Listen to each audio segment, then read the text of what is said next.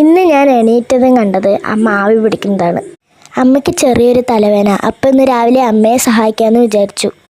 അമ്മയ്ക്ക് വയ്യാത്തതുകൊണ്ട് ഒന്നും ചെയ്തിട്ടില്ല. അപ്പോൾ ആദ്യം ചോറ് വെക്കാമെന്ന് വിചാരിച്ചു. അതിനായി ഒരു നാഴി അരി എടുത്ത് നന്നായി കഴുകി ചട്ടിയിലിട്ടു. രാവിലെ ആകുമ്പോഴേക്കും വെള്ളം നിന്നു. ഇപ്പം ഇങ്ങനെയാണ്, 9 മണിയാകുമ്പോഴേക്കും വെള്ളം നിൽക്കും. ഭാഗ്യത്തിനൊരു അരക്കുടം കിട്ടി. അതിനെങ്ങനെയൊക്കെയോ തൂക്കിയെടുത്ത് കൊണ്ടുപോയി ഉള്ളി വെച്ചു.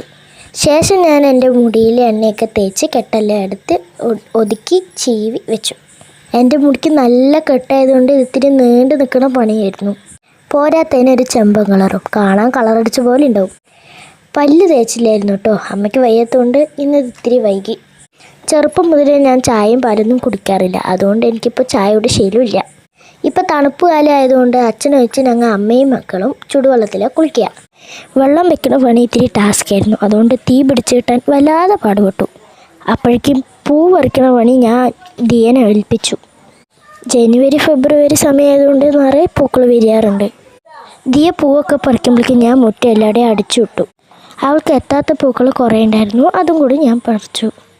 ഇന്ന് ഞങ്ങൾ എവിടെയും പോകാത്തതുകൊണ്ട് ഇന്നത്തെയും നാളത്തെയും കൂടി ഒരുമിച്ച് വെക്കാൻ വിചാരിച്ചു. വെണ്ടിക്കപ്പുളിയാണ് രാവിലെ. അമ്മ കറിയൊക്കെ വെച്ച് പോയി കുളിക്കാൻ പോയി. പക്ഷെ കടുക് വറുക്കാൻ മറന്നു.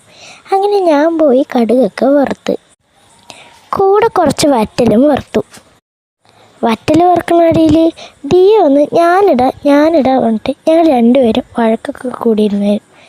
അങ്ങനെ വെണ്ടക്കപ്പുളിയൊക്കെ വെച്ച് ചോറ് കൂട്ടി വറ്റൽ കൂട്ടി ഒരു പിടി അങ്ങോട്ട് പിടിച്ചു. നല്ല ടേസ്റ്റ് ഉണ്ടായിരുന്നു. അപ്പോൾ ഇഷ്ടപ്പെട്ടാൽ ലൈക്ക് ചെയ്യുക, ഷെയർ ചെയ്യുക, സബ്സ്ക്രൈബ് ചെയ്യുക. ബൈ.